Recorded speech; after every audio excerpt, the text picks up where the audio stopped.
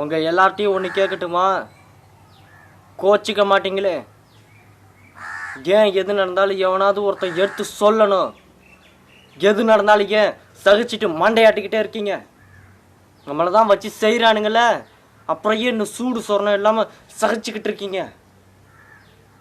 காரணம் ஒன்று நீங்கள் சொல்ல வேணாம், எனக்கே எல்லாம் தெரியும். பயம். நம்ம எல்லாரையும் பயமுறுத்தி வச்சுருக்கானுங்க. காலங்காலமாக பரம்பரையாக அப்படியே அடிமையாக இருந்தே பழகிட்டோம். இப்போ திடீர்னு மாற சொன்னால் எப்படி மாற முடியும்? நாம் என்ன ஆயுதம் எடுத்துகிட்டு போய் சண்டை போட்டா சுதந்திரம் வாங்கணும்?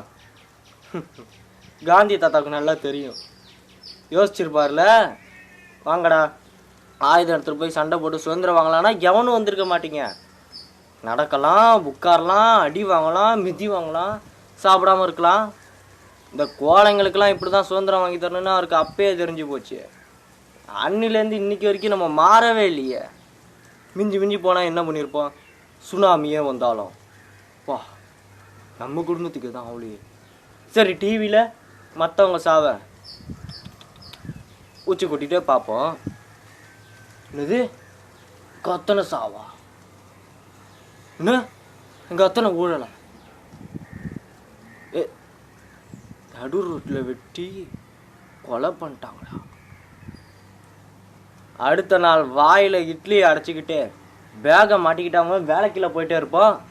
சரி, இதையும் மீறி ஒருத்தன் தடுக்கிறதுக்கு புரட்சி பண்ணி வந்தானா போடுறா ஃபேஸ்புக்கில் போடுறா ஒரு லைக்க. என்னது அமைச்சர் அரெஸ்ட் பண்ணிட்டாங்களா? பிடிச்சி உள்ளே போட்டாங்களா? போடு 10 கமெண்ட்ஸை வாட்ஸ்அப் குரூப்பில். இந்த தவறாக வேற ஏதாவது செஞ்சுருக்குறோமா? இதெல்லாம் சொல்ல நீ யாரு? உனக்கு மட்டும் என்ன உரிமை இருக்குன்னு கேட்குறீங்களா?